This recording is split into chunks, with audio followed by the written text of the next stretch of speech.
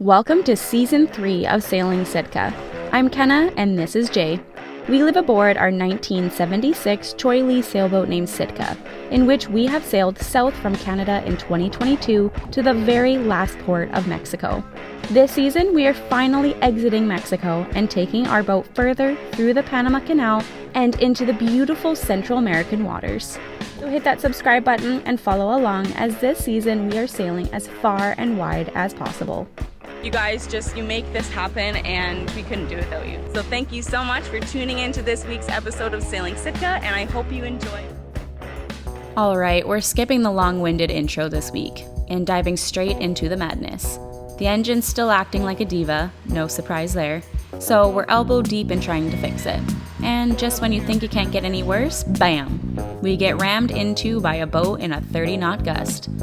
Clearly, luck wasn't on our side, but hey, at least it makes for some good entertainment, am I right? Grab a drink, sit back, and enjoy the show. Take it away, Jay. Okay, so yesterday we discovered that air was coming through both filters, and I was like, well, we did change them both, but it didn't really make sense that both would fail at the same time. So I did some more research, and people that have had this issue a lot of times was just a clogged air vent to their fuel tank. Okay, pump.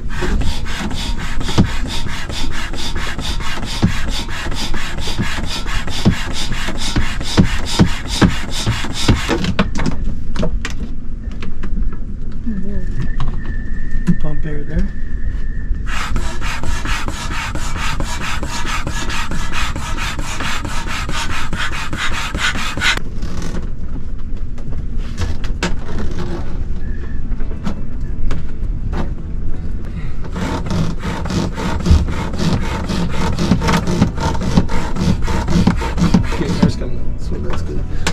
Up.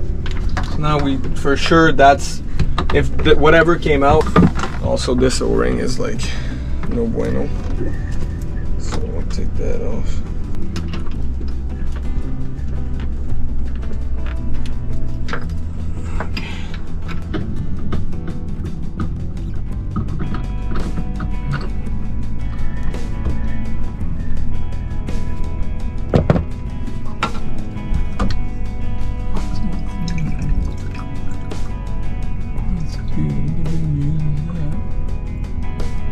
Alright, well, definitely that the problem. So what was the problem? Either Space Cadet installment by yours truly, or over time with heavy sea state. Like these, if you look at the state of these fuel filters, the casings are getting pretty worn off, and yeah, there's place paint missing, but I mean, I could have over tightened them. Like I'm known to give it a little extra torque, so I went lighter on these ones, and so far so good. I mean, we'll still monitor them, but the one before I was running it, we only went to 2,000 and there was a bunch of bubbles coming in. So now we went to 2,600 and no bubbles, so that's a good sign. So I'll do the other one, and we'll see.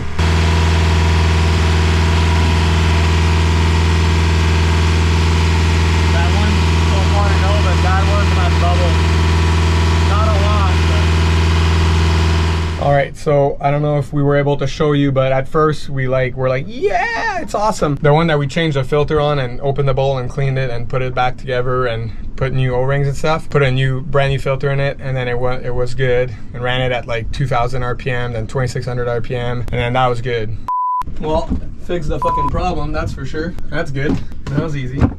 We did the second one, did the same process, and then ran that again, and then that new one was good. The new one, though, we didn't change the filter because the filter had only had like 6 hours or 7 hours on that one, maybe 10 total. The other one had like 50, and it wasn't dirty, but we figured we'd change it anyways. Then went back to the first one that we did where we changed the filter, and then at 2,600 RPM, after like 10 minutes, I started seeing a little bit of bubbles. Not as much, not even close to anywhere near what we had yesterday or this morning, but still bubbles, which you shouldn't see. But I'm thinking maybe the filter, you know, it's a brand new filter, maybe it wasn't fully full of fuel, so there's still kind of air getting pushed out of there at a high RPM. But I didn't want to introduce more air in the system because I really want to validate the other one. So I turned it back to the other one, and then we ran it for, I don't know, a while at 2,600 RPM, then dropped it down to 1,600, then neutral, then back up to 2600, didn't see bubbles. Looked at it the entire time, like pretty closely, didn't see any bubbles.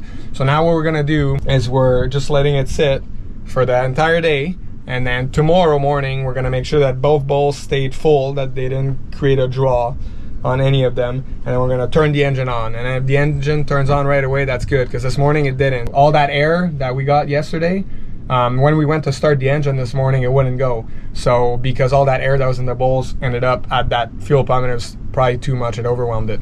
So we had to bleed it and then start it. So our test right now is that we're gonna let it sit tomorrow morning, because if there's air getting pulled into this filtration system, maybe it's gonna be enough to not start the engine tomorrow. So we're gonna let it sit now.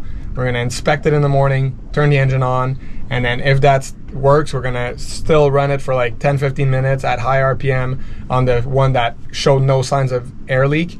And then once that's done, we're gonna switch it to the other one and go low RPM at first. So just maybe it's a case of like flooding the filter with more fuel, even though we did fill it up. So I'm not thinking that's the issue, but normally I'm not that anal at looking for bubbles, because normally it always just worked when I do these filter changes. By the way, I've done these for like 8 years on this boat, so it's not like the first rodeo, but the casings are getting old, so maybe like, you know, the gasket ain't seating properly or anything. But that's our test for tomorrow. Now we're gonna chill a bit, because this has been like a few hours now, and yeah.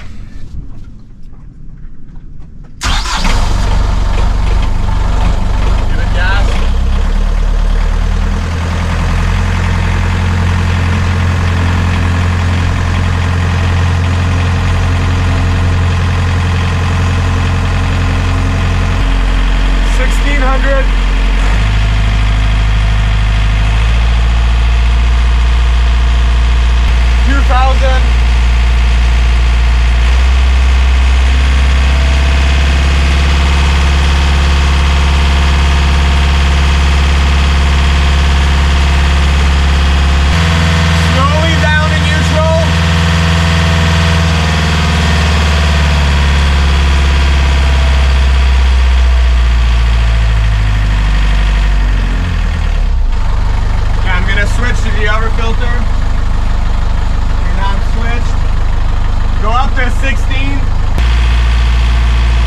Come chill for a bit then.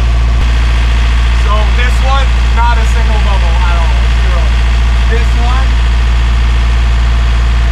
right now I saw a couple, but now there's a few. But it's the new filter probably, because before it used to come out everywhere like a shit ton. Right now just a bit. We're just gonna wait and see if it gets worse or better.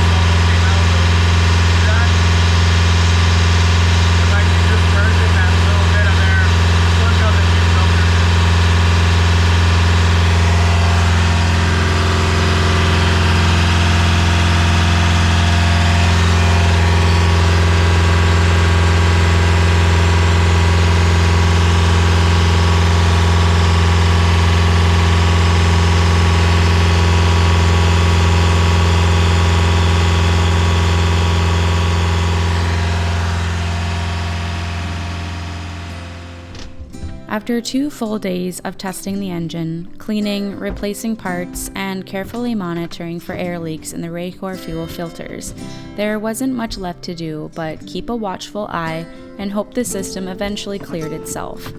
At this point, with every possible test completed, we decided to take it easy, lounging in Sitka's City area, sending her some love, and editing a new episode for all of you.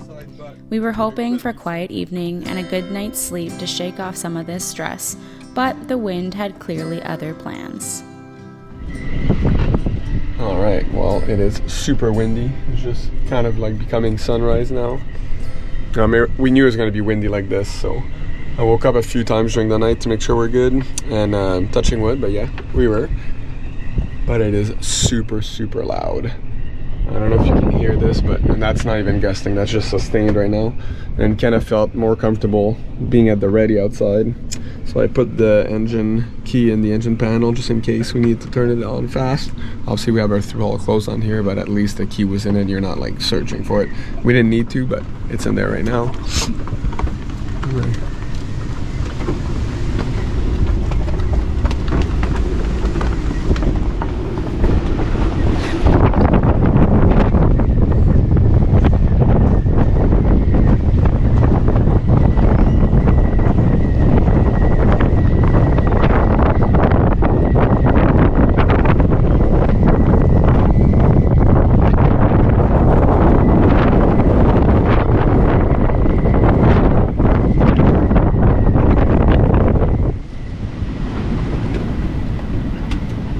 Keeping Sitka safe.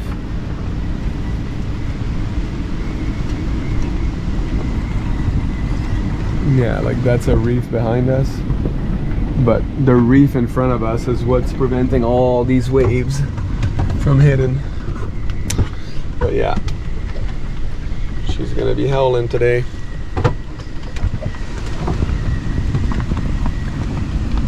Beautiful sunrise though, but yeah, not much sleep to be had. Yeah. Well, all right, guys. It is now, I think, 9 in the morning, and she is freaking blowing out there. So I'll go show you. The only reason this Anchorage is even tenable is because we have this huge outer reef protecting us, or else the season here would be ludicrous. But come see this.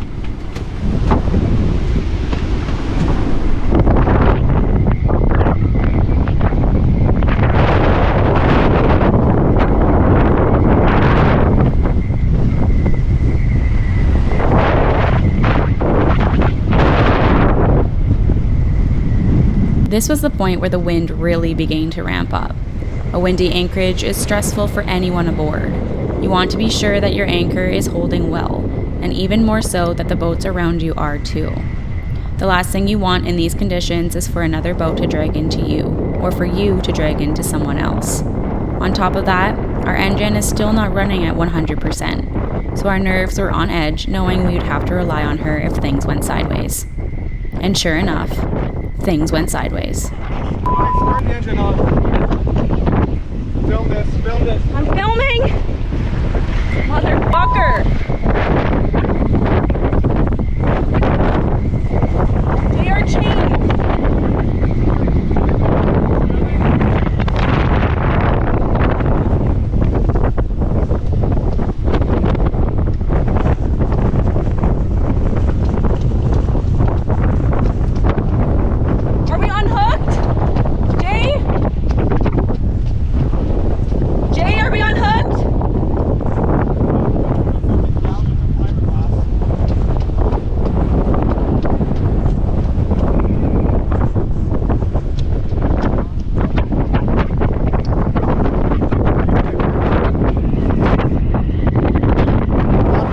The name of that boat.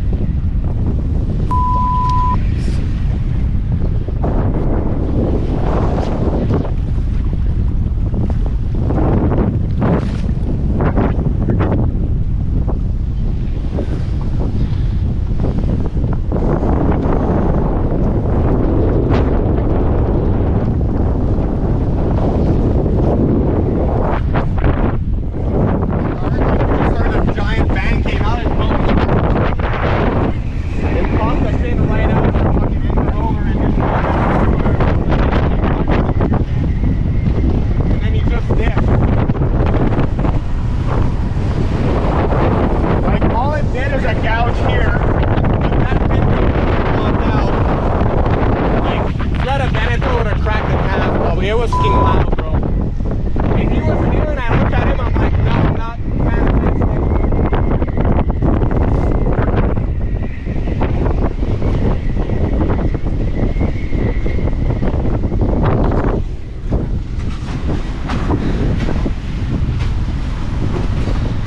I need to put a pin in that. Take that camera off so I don't step on it, but I could. Okay, I was literally uploading an episode and we sat here and we got completely jarred forward. Like our coffees spilled, our phones went flying, the laptop went freaking, like it was, we got hit like hard on our bow. And like about 20 minutes ago, a boat came in, like a charter boat with a bunch of people drinking and like, and by the way, it's like 10:30 a.m. all in bikinis and stuff, which I don't care. Like I get it. Like you're on a charter boat, have fun, but they anchored super close to us and all over the place, and I told Kenna, come outside, grab the camera. Yeah. And then we went outside and watched them, and I was like, yee, that's close for comfort, and they were on our side. Literally, they were beam to beam. So I don't know what happened. They felt uncomfortable and started, like, wanted to leave. And then they motored so close to our chain that they got caught, and then that's what I'm expecting happened. I don't know, we were down below. Then all of a sudden we're like sitting and we got jarred, like the loudest bang ever. Yeah. Reminded us of when we got hit in La Paz like 2 years ago. But worse, like the whole boat jolted back, and like we're already at the end of our chain, like it's blowing 30 out there. And I'm like, come outside, and they're fucking there, and there's literally beer cans. You can't make this shit up. Beer cans are flying from their fucking boat on our deck, and like egg cartons and shit. I'm like, what the fuck's it? Oh, sorry. I'm like, dude, anchor and then come see me with your insurance, because like this is no bueno. You're a commercial boat, like you can't fuck around like that. No. So now and also like so now we have a gouge in the fiberglass up forward. Luckily, Sitka's a goddamn tank. Like, if this was a light production boat, we would have had it cracked in the bow for sure. Like this, like we got hit hard by a big boat. Like it's a 50-foot boat that hit us. Anyways, and then the anchor roller, like the pin, like whatever safety pin was out, that sheared off and was almost out completely, and then the chain would have been down, but luckily it caught itself, so I just hammered it back in place. And now I'm gonna see if this will fit in there. That is terrifying. Like absolutely terrifying to have your home hit like that. Like it's fucked. I mean, I'm not trying to stereotype charter boats, but like you gotta get your shit together. Like this is not the first time. It's just like, and it's insane out right now. Like it's absolutely insane. They're kind of trying to come into this crowded ass Anchorage and drop so goddamn close. It's just like, oh, use your brains, please. Shout out to Derek, who came in his dinghy in this freaking chaos, blowing 30 just to check if we're okay. So thank you, love you. Let's go see what Jay's doing. Like,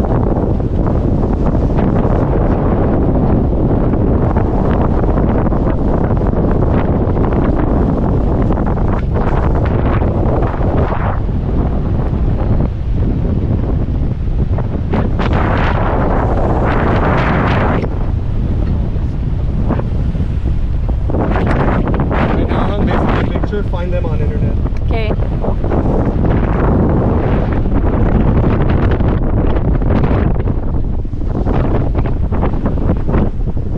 They are going to that Anchorage.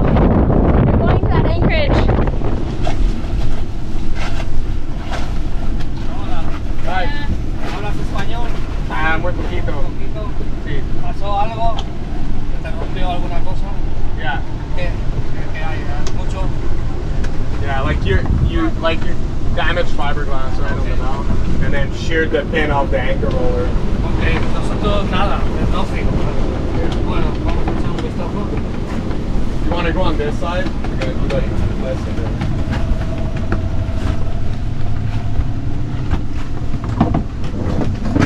Is he coming on? I'm trying to sneakily get this conversation. Because as much as I would love to stick a camera in his face, it's not the respectful thing to do, so. He's showing him the damage right now at the bow. They did come by, like these are the captain and the skipper or whatever the hell of that boat, so they did come by. They're here with their dinghy and they're inspecting the damage, so. It's a good thing that they came by. It's a very, very right thing to do.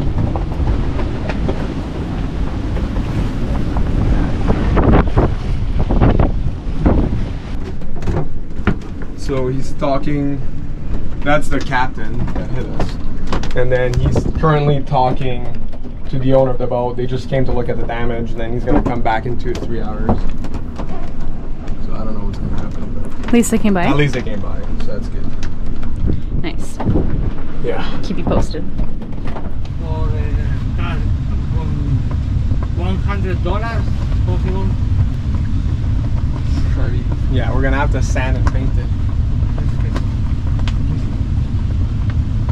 Yeah, I know you guys run charter boats and it's not your boats, but like this is our home, right? Like yeah, like I mean, Probably, no? yeah. But bueno, ¿cuánto dinero? Money. Sorry? How much? Money? ¿Cuánto? Money. How much Like money? 200. We gotta buy. 200. We gotta buy paint. Like Okay. they don't sell paint for $100. Finish? Yeah, you guys are anchored over there now? Yes. It's good over there? No, nada, nothing. No. Over there, on the other side. Yeah. Yeah, it's smooth. But Okay. Thank Yeah. you. Cheers. este no prende muy bien, I don't know what this is, but this is like the weirdest way to deal with things, man.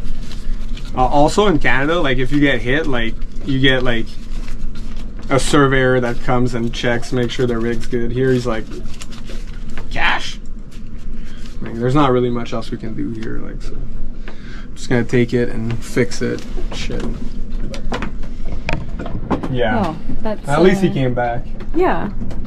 Could have been a lot worse, that's for sure. Could have been a lot And worse. then the boat, there's another charter boat that just came and anchored there, and then me and Kenna were like sitting there. I was ogling them, and I was like, I'm not leaving until they move, or they were way too close again. I think we all go to the point where they did. Yeah, move. but then the guy on there, like, he's an actual proper captain with a license, because we literally Googled the boat, like it's a 70-foot aluminum boat, and he, like, I think on himself, he saw the way he was moving, and he pulled up, and now he's like at a safe distance, which is good. That's what you want to see. Like, I'm not like here saying like that we're perfect either. Like, shit can happen to everybody out here, but like the thing is, like, seamanship's important. Like, if you're in an Anchorage and it's blowing 30 knots and you have a boat and you're moving around like crazy and you drop the hook and you're literally going over the chain of the boat that's anchored previously to you there, and you have a dinghy towing on a painter that's like getting caught everywhere like that, and there's 16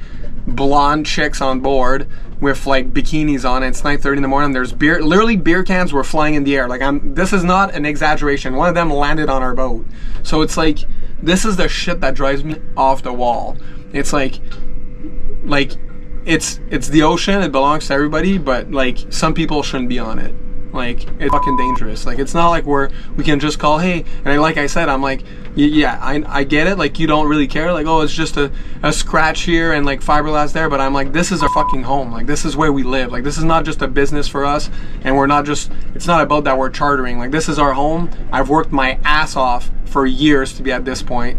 Like, I don't want it taken away from somebody that just fucking doesn't give a fuck, basically. So anyways, I think he saw that I was pretty like serious about that. I mean, that's pretty fair considering. Yeah, I mean, Like, it could have been a lot worse. We could have had a no solution out of this, right? yeah. So. At least now we can buy paint or epoxy or something. At least it's gonna cover some expense. Yeah. Anyway, that was just the reality of that whole situation. And sometimes it's like that out here. So, yeah, Jay was literally in the middle of a conversation with his mom because she's coming tomorrow via Lamb Tours to get dropped off at the boat to visit for a week. So we're pretty excited to have her, but holy smokes. Like, yeah, that's boat life sometimes, and that's how it's dealt with sometimes, I suppose. Anyway, hope that was some excitement for everybody.